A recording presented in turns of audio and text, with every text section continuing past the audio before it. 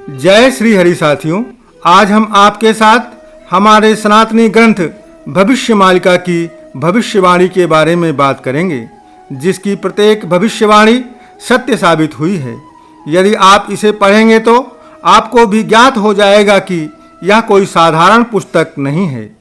इसमें वर्णित मुख्य भविष्यवाणियाँ जैसे तृतीय विश्व युद्ध, प्राकृतिक आपदाएं और कल की अवतार के बारे में प्रमुख है। और प्रत्येक बड़ी घटना का संकेत प्रभु जगन्नाथ जी के मंदिर से पहले ही प्राप्त हो जाता है। जब जब जगन्नाथ जी के मंदिर में कोई अशुभ घटना होती है, तब दुनिया में कहीं ना कहीं कोई बड़ी घटना भी घटित होती है। अभी कुछ दिनों पहले भगवान जगन्नाथ जी के मंदिर में कुछ पत्थर गिरे थे और भविष्यमालिका में महर्षि अच्युतानंद जी महाराज ने भी वर्णित किया है कि जब भगवान जगन्नाथ जी के मंदिर में पत्थर गिरेगा तो यह संकेत होगा कि कलयुग का अंत निकट है। अभी तक लगभग 15 से 16 बार यह पत्थर गिरने की घटना घटित हो चुकी है। यह पत्थर कहां से और कैसे गिरते हैं, यह अभी तक एक रहस्य ही बना हुआ है। 1990 में भी श्री मंदिर के आंवला बेड़ा से एक पत्थर गिरा था, जिसका जांच करने के लिए केंद्र सरकार द्वारा एक दल का गठन किया गया था, लेकिन उस दल के वैज्ञानिक यह ज्ञात कर पाने में अभी तक सफल नहीं हो पाए हैं कि 1 टन से अधिक का पत्थर कैसे और कहां से गिरा था। एक व्यक्ति के अनुसार जो कहा गया वह अत्यंत आश्चर्य करने वाला था। उसका कहना था कि यह पत्थर मंदिर के अंदर के शिखर से ही गिरा था, परंतु यहाँ और एक बात निकल कर आती है कि यदि पत्थर मंदिर के शिखर से गिरा तो वहाँ स्थान भी खाली दिखना चाहिए, परंतु खाली स्थान नहीं था। तो उनका कहना था कि मंदिर को इस प्रकार से बनाया गया है कि यदि कोई पत्थर गिर जाता है तो अपने आप दूसरा पत्थर उस पत्थर की जगह ग्रहण कर लेता है, जो कि आश्चर्यजनक है। दूसरी आश्चर्यजनक बात यह है कि यदि पत्थर छत से गिरा है तो वहीं परिसर में ही गिरना चाहिए था, और 1 टन से अधिक वजन का पत्थर गिरने से जमीन या नीचे फर्श पर भी इसका प्रभाव होना चाहिए था, परंतु ऐसा नहीं हुआ, जिसका कारण बताया जाता है कि महावीर हनुमान जी जगन्नाथ जी के अंगरक्षक हैं, और जब यह पत्थर गिरा होगा तो हनुमान जी ने इसे मुख्य स्थान पर ना गिरने देकर पकड़कर बाहर रख दिया होगा। इस प्रकार से पत्थर गिरना एक चेतावनी है कि बहुत शीघ्र कोई बहुत बड़ी आपदा आने वाली है। 9वां, मित्रों, भविष्यमालिका में वर्णित है कि जगन्नाथ जी में खून के दाग मिलेंगे। यह भी घटना मंदिर परिसर में कई बार देखने को मिली है, कभी आपसी लड़ाई के कारण तो कभी कभी रहस्यमय तरीके से रक्त के दाग देखने को मिले हैं। यह संकेत है कि दुनिया के किसी भाग में रक्तपात अर्थात बड़े स्तर का झगड़ा होगा। अभी कुछ दिनों पहले ही ऐसे खून के धब्बे दिखाई दिए थे, तो तुरंत मंदिर प्रशासन ने कुछ समय के लिए मंदिर को भक्तों के लिए बंद करना पड़ा था।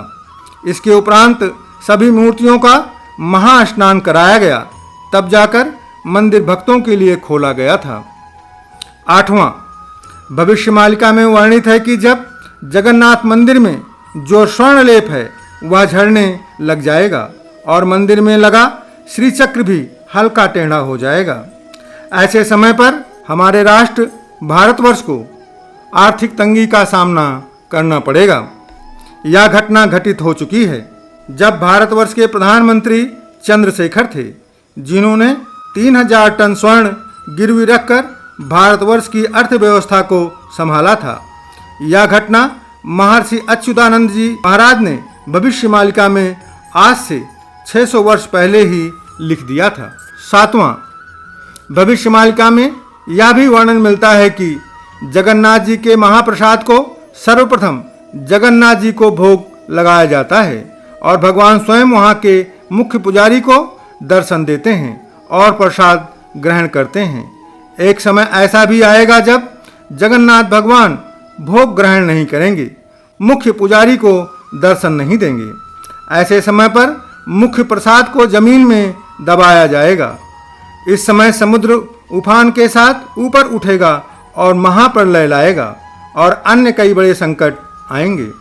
छठवां, मित्रों, भविष्यमालिका में यह वर्णन मिलता है कि श्री मंदिर के अंदर जो वट वृक्ष है वह गिर जाएगा तो दुनिया में लाखों की संख्या में लोग मृत्यु को प्राप्त होंगे।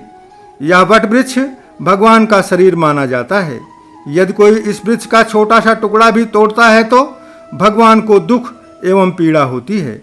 उड़ीसा में मई 2019 में एक तूफान आया था जिसमें वृक्ष का बड़ा भाग गिर गया था और 2019 के अंत में कोरोना नामक महामारी का उदय भी हुआ था जिससे बहुत लोगों को मार दिया था। पांचवां, जगन्नाथ जी के मंदिर का मुख्य ध्वज कई बार गिरेगा और एक चक्रवाती तूफान के कारण यह झंडा समुद्र में जाकर गिर जाएगा और चक्र भी हल्का टेढ़ा हो जाएगा।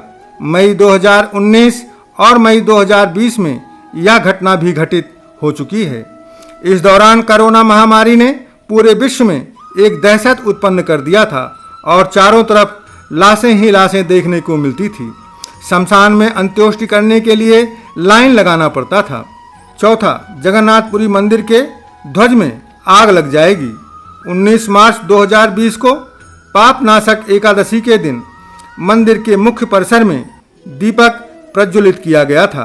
अचानक हवा के झोंके से ध्वज उड़कर दीपक के पास आ गया और उसमें आग लग गई, जो बहुत बड़ी अनहोनी का संकेत था।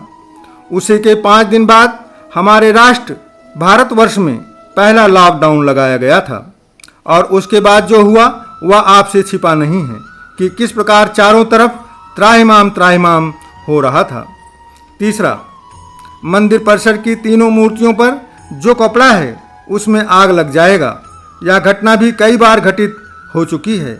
अभी हाल ही में कुछ दिवस पहले भी यह घटना घटित हो चुकी है, जो शुभ संकेत नहीं है। जब परब्रह्म के मंदिर में आग लगेगी तो दुनिया कैसे सुरक्षित रह सकती है। यदि आपने भी ध्यान दिया होगा तो महसूस अवश्य किया होगा कि आग लगने की घटनाएं पहले की अपेक्षा अभी अधिक हो गई हैं। दूसरा, मंदिर के शिखर पर गिद्ध बैठेगा जिससे लोगों की मृत्यु दर बढ़ जाएगी। हमारे सनातनी धर्म में भी ऐसी मान्यता है कि यदि किसी के भवन पर गिद्ध बैठ जाए तो उस घर के रहने वाले लोगों के लिए यह अशुभ संकेत होता है। ठीक ऐसे ही जगन्नाथ जी के मंदिर के अरुण स्तंभ पर गिद्ध का बैठना संपूर्ण विश्व के लिए संकट का संदेश है। जगन्नाथ मंदिर के आसपास कभी भी कोई पंछी उड़ता हुआ दिखाई नहीं देता है, ना ही कोई हवाई जहाज या हेलीकॉप्टर इस परिसर के ऊपर से होकर गुजरता है। परंतु जुलाई 2020 दिसंबर 2021 में चील पंछी दिखाई दिए तो एकाश्मीय स्तंभ, शिखर और ध्वज पर बैठे हुए दिखाई दिए थे। और अभी हाल ही में रथ यात्रा से कुछ दिवस पूर्व ही 2023 में गिद्ध पक्षी को एकाश्मीय स्तंभ पर बैठा हुआ देखा गया था, जिसका सीधा संकेत यह है कि कोई बड़ा संकट आने वाला है। साथियों, जगन्नाथ मंदिर में 9 कलेवर की प्रथा है, जिसके अंतर्गत पुरानी मूर्तियों के स्थान पर नई मूर्तियां स्थापित की जाती हैं। ऐसा बताया जाता है कि 1996 के बाद वर्ष 2015 में इस प्रथा को लेकर पुजारियों में आपसी विवाद के कारण यह प्रथा समय पर नहीं हो पाई थी, जिसे कई लोगों ने भगवान जगन्नाथ का अपमान और परंपराओं को खंडित करना माना था। साथियों, यदि हम इंसान अपने स्वार्थ और भलाई के लिए भगवान के साथ इस प्रकार का व्यवहार करेंगे तो वह परब्रह्म हैं, उन्हें तो दंडित करेंगे ही करेंगे। साथ ही साथ गेहूं के साथ घुन भी पिसता है। साथियों, आशा करता हूं कि आपको यह प्रस्तुति अच्छी लगी होगी। कृपया आप अपनी राय को कमेंट अवश्य करिएगा। साथ ही यदि आप चैनल पर नए हैं तो कृपया चैनल को सब्सक्राइब करके परब्रह्म भक्ति सागर परिवार का सदस्य बनकर मुझे अनुग्रहित करें। धन्यवाद। प्रेम से बोलो जय श्री जगन्नाथ जी की।